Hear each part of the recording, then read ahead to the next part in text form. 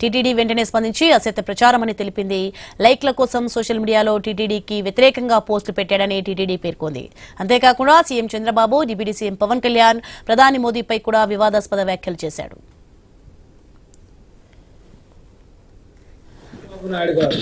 పవన్ కళ్యాణ్ గారు, మోడీ గారు సనాతన ధర్మం గురించి, చంద్రబాబు నాయుడు గారు, పవన్ కళ్యాణ్ గారు, మోడీ గారు సనాతన ధర్మం గురించి మాట్లాడేది కాదు.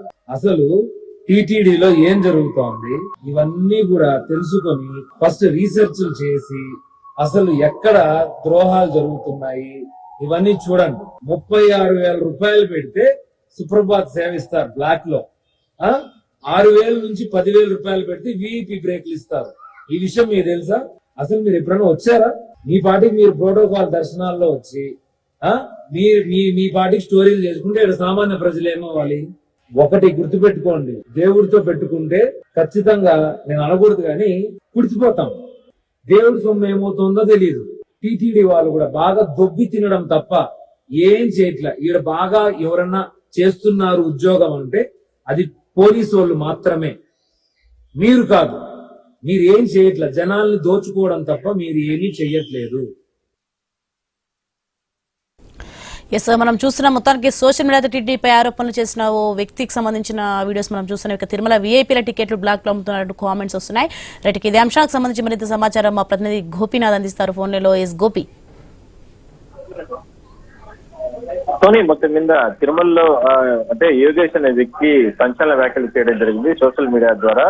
అంటే తిరుమలకి సంబంధించి వచ్చేటటువంటి విఐపీలకు సంబంధించి విఐపీ బ్లాక్ మార్కెట్ టికెట్లు పెద్ద ఎత్తున అమ్ముతున్నారు. తాను కూడా 36,000 రూపాయలు చెల్లించి రకంగా దర్శనానికి వెళ్లాను. ఈ బ్లాక్ మార్కెట్ విధానాన్ని అరికట్టడంలో టీటీడీతో పాటు ముఖ్యమంత్రి చంద్రబాబు, అదేవిధంగానే డిప్యూటీ సీఎం పవన్ కళ్యాణ్, ప్రధానమంత్రి నరేంద్ర మోదీ తిరుమలలో జరుగుతున్నటువంటి అవినీతి పైన ఎక్కడ కూడా చర్యలు తీసుకోవడం లేదంటూ కూడా చాలా ఘాటుగా కొన్ని రకాల అంటే పదజాలాలతో ఆయన మాట్లాడడం జరిగింది. అయితే దానికి సంబంధించి టీటీడీ చాలా సీరియస్ అవ్వడం జరిగింది. తిరుమలకు సంబంధించి పవిత్రతను దెబ్బతీసే విధంగా, అదే కాకుండా ఎంతో పారదర్శకంగా టికెట్ల విధానాన్ని కొనసాగిస్తున్నటువంటి అధికారుల పైన అంటే ప్రభుత్వాల పైన, ప్రభుత్వ అధినేతల పైన ఈ రకంగా వ్యాఖ్యలు చేశారు కాబట్టి అతని పైన కఠిన చర్యలు తీసుకోవాలంటూ కూడా టీటీడీ విజిలెన్స్ అధికారులు ఆదేశాలు ఇవ్వడం జరిగింది. టీటీడీ విజిలెన్స్ అధికారులు కేసు నమోదు చేసి పోలీసులకు, లాండ్ ఆర్డర్ పోలీసులకు ఈ కేసును ఇవ్వడం జరిగింది. అయితే పోలీసులు కేసు నమోదు చేశారు పలు సెక్షన్ల కింద. యోగేష్ పైన కొన్ని రకాల సెక్షన్లు పెట్టి అతని పైన చర్యలు తీసుకునే విధంగా కూడా పోలీసులు సిద్ధమవ్వడం జరిగింది. అయితే మరో 2-3 రోజుల లోపల అతన్ని వివరణ కోరి అతన్ని కూడా అరెస్ట్ చేసే అవకాశం అయితే ఉంది. Right, thanks for the information Gopinath.